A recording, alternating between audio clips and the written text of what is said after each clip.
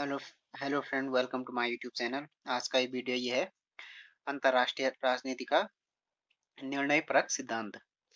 निर्णय परक सिद्धांत अंतर्राष्ट्रीय राजनीति को एक नए दृष्टिकोण से देखता है। अंतर्राष्ट्रीय राजनीति में मूल इकाइयां यद्यपि राज्य हैं, तथापि राज्यों का समस्त कार्य संचालन प्रशासन के उच्चाधिकारी द्वारा ही होता है। राज्य के नाम पर सारा निर्णय क्या व्यक्ति ही लेते हैं। जर्मनी नाजी जर्मनी का व्यक्तित्व हिटलर के व्यक्तित्व का ही प्रतिबिंब था। स्वाधीनता के बाद भारत की विदेश नीति के निर्णय पर पंडित नेहरू के व्यक्तित्व की अमिट छाप थी।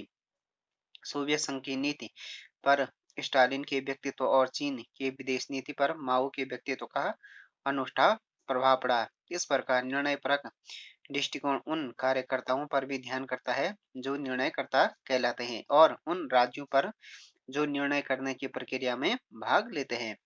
यह उपागम क्या है कि अंतर्राष्ट्रीय संबंधों को व्यक्तिगत निर्णय पर आधारित मानकर चलता है। तो ये उपागम क्या मानता है कि अंतर्राष्ट्रीय संबंधों को क्या व्यक्तिगत निर्णय पर आधारित मानता है, जिसमें व्यक्ति विशेष के व्यक्तित्व का उसकी रुचियों, अभिरुचियों, विचारधारा, संस्कृति, धर्म, निर्णय लेने की शक्ति का बहुत अधिक प्रभाव पड़ता है। इस प्रकार राज्य के कार्यों को कर्ताओं के कार्यों के शीशे में देखा जा सकता है।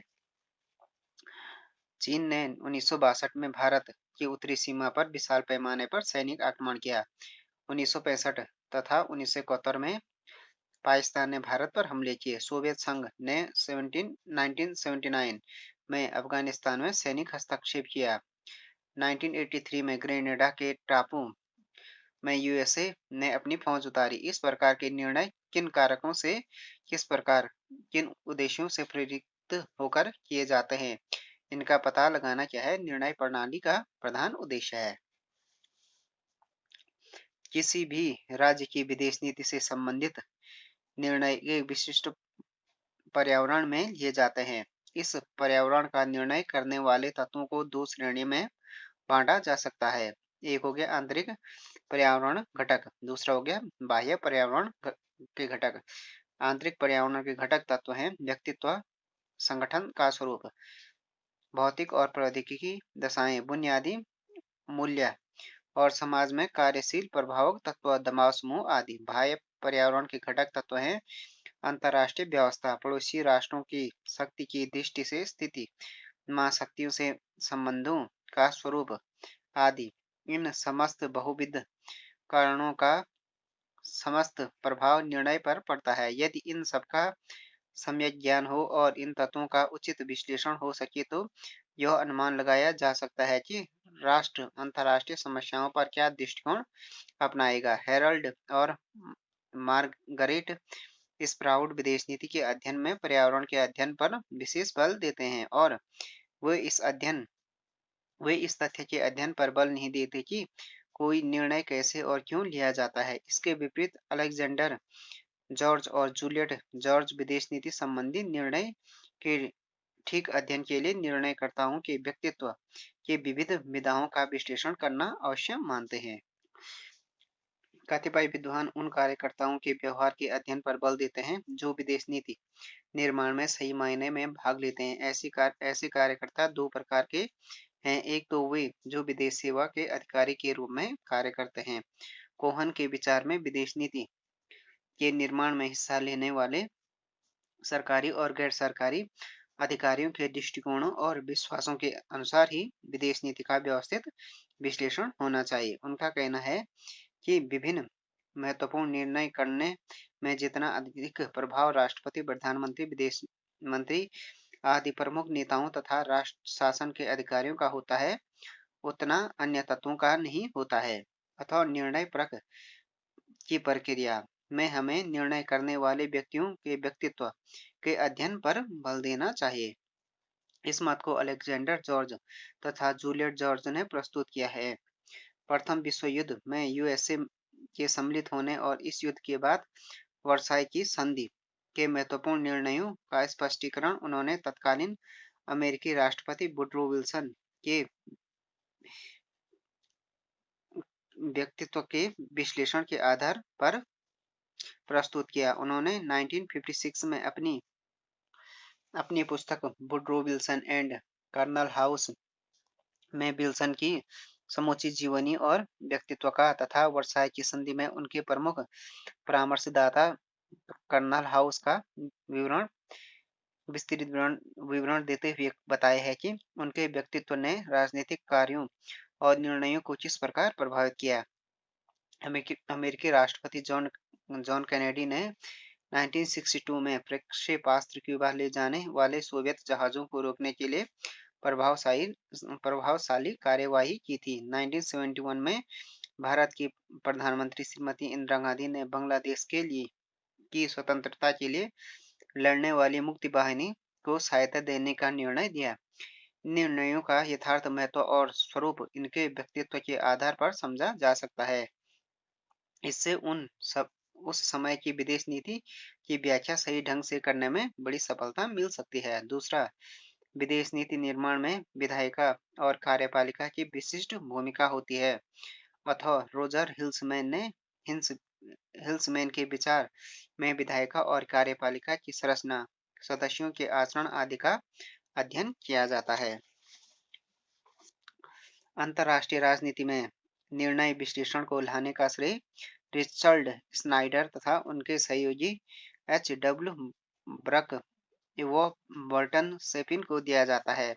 इन्होंने खास तौर से विदेश नीति के अध्ययन में निर्णय सिद्धांत का प्रयोग किया।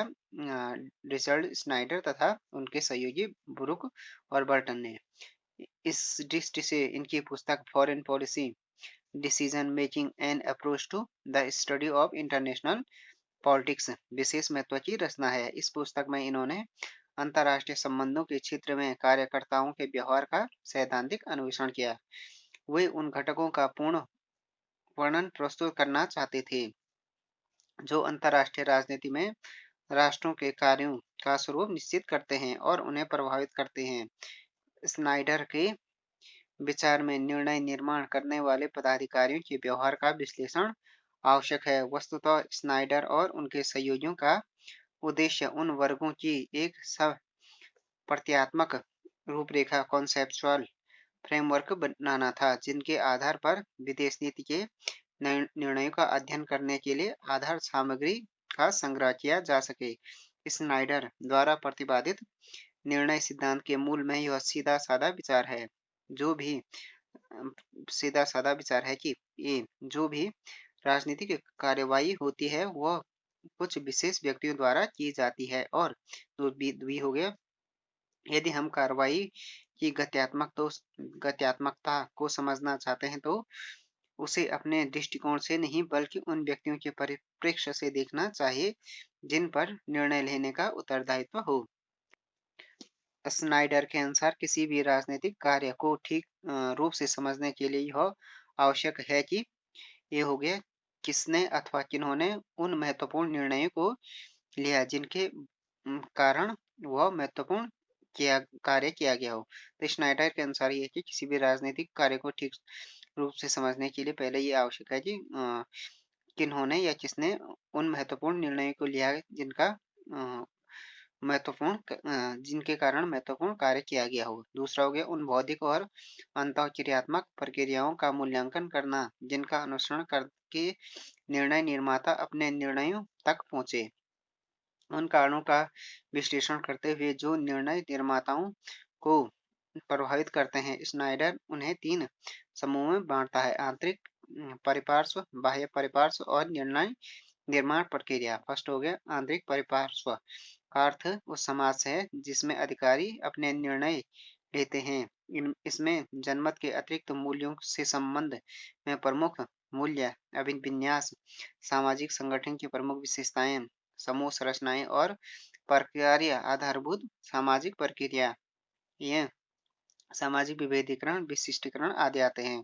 दूसरा हो गया बाह्य परिपार्श्व का अर्थ अन्य राज्यों से, जिसका अर्थ उन राज्यों के निर्णय निर्माताओं की प्रक्रियाओं से तथा उन समाजों से जिनके लिए वे काम करते हैं और उनके भौतिक पर्यावरण से। तीसरा महत्वपूर्ण तत्व है निर्णय निर्माण प्रक्रियाएं जिनका प्रारंभ प्रशासनिक संगठनों के गर्भ में होता है और जिनका वे एक भाग है। स्नाइडर के अनुसार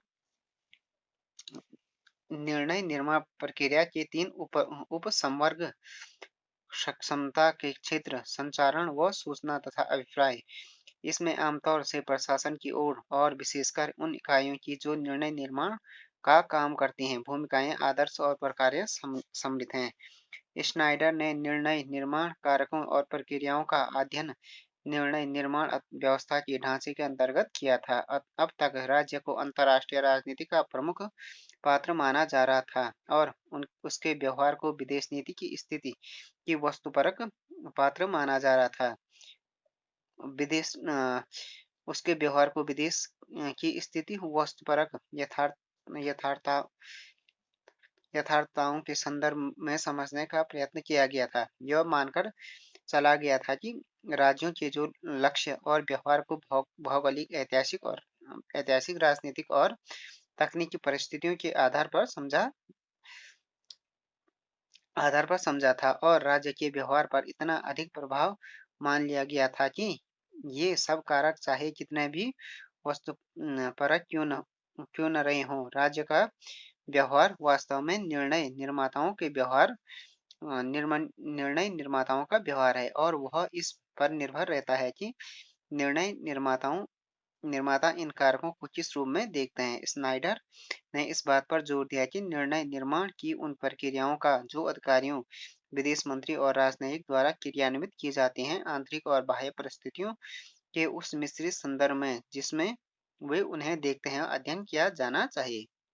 स्नाइडर ने क्या किया कि निर्णय निर्माण कारकों और प्रक्रियाओं का अध्ययन को किया निर्णय निर्माण व्यवस्था के ढांचे के अंतर्गत किया था। अब तक ये माना जा रहा था कि राज्य क्या है, राज्य को अंतर्राष्ट्रीय राजनीति का प्रमुख पात्र कैरेक्टर माना जाता था। उसके व्यवहार को विदेश नीति की स्थिति की वस्तुपरक यथार्थताओं के संदर्भ में समझने का प्रयत्न किया गया था। यह मानकर चला गया था कि राज्यों के लक्ष्य और व्यवहार को भौगोलिक, ऐतिहासिक, राजनीतिक और तकनीकी परिस्थितियों के आधार पर समझा जाता था और राज्य के व्यवहार को इतना अधिक प्रभाव मान लिया गया था कि ये सब कारक चाहे कितने भी वस्तुपरक क्यों न रहे हों, राज्य का व्यवहार किसमें वास्तव में निर्णय निर्माताओं का व्यवहार और वह इस बात पर निर्भर रहता है कि निर्णय निर्माता इन कारकों को किस रूप में देखते हैं। निर्णयपरक सिद्धांत की मूल्यांकन।